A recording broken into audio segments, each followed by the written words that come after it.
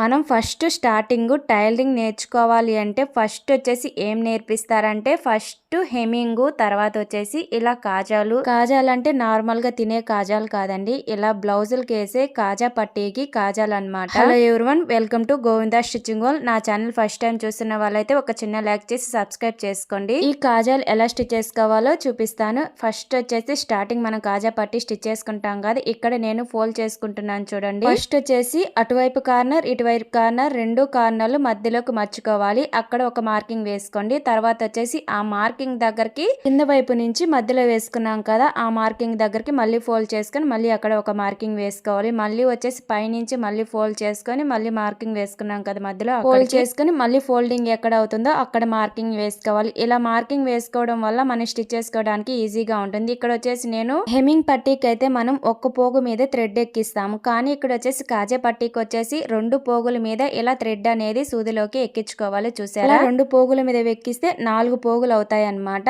అలా వేసిన తర్వాత లాస్ట్ లో వచ్చేసి మనం ఇలా ముడి వేసుకోవాలి. ఇలా ముడేసుకున్న తర్వాత ఇప్పుడు మనం మార్కింగ్ వేసుకున్నాం కదా, ఈ మార్కింగ్ దగ్గర ఇప్పుడు మనము కాజా అనేది స్టిచ్ చేసుకోవాలి. ఇప్పుడు మీకు మధ్యలో కాజా అనేది స్టిచ్ చేసి చూపిస్తాను. ఇప్పుడు మార్కింగ్ వేసుకున్నాం కదా, ఆ మార్కింగ్ మీద వేయకూడదు, మార్కింగ్ మధ్యలో ఉండాలన్నమాట.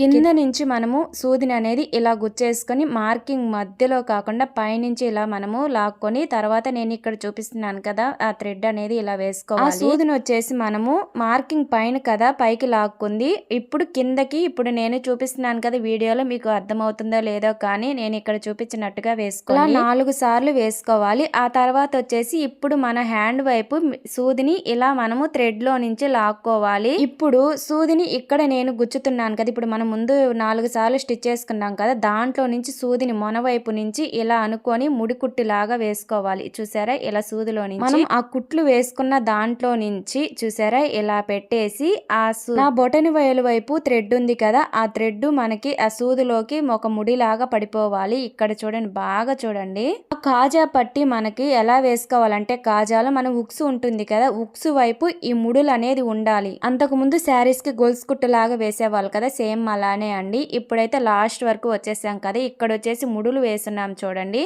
ఆ ముడులు వైపు నిడిల్ని కిందకి దింపాలి, ఇటువైపు దింపకూడదు. అటువైపు దింపితే మనకి ఈ కాజా అనేది తిరగబడిపోతుంది, ఉక్సు వేసుకునేటప్పుడు అసలు తెగిపోతుంది అనమాట. అందుకని చెప్పేసి మన ముడి ఎటువైపు వస్తుందో అటువైపు నుంచి ఇలా దింపేసుకొని స్టార్టింగ్ వచ్చేసి కింద నుంచి సూదిని పైకి లాగాం కదా, ఇప్పుడు వచ్చేసి మొత్తం అయిపోయాక కిందకి దింపేసుకొని ఇప్పుడు వచ్చేసి ఇక్కడ ముడి వేసేసుకోవాలి. 3-4 టైమ్స్ ఇలా సూదిలో థ్రెడ్ ని 3-4 టైమ్స్ అలా తిప్పేసి ఇలా కట్ చేసేసుకోవాలి.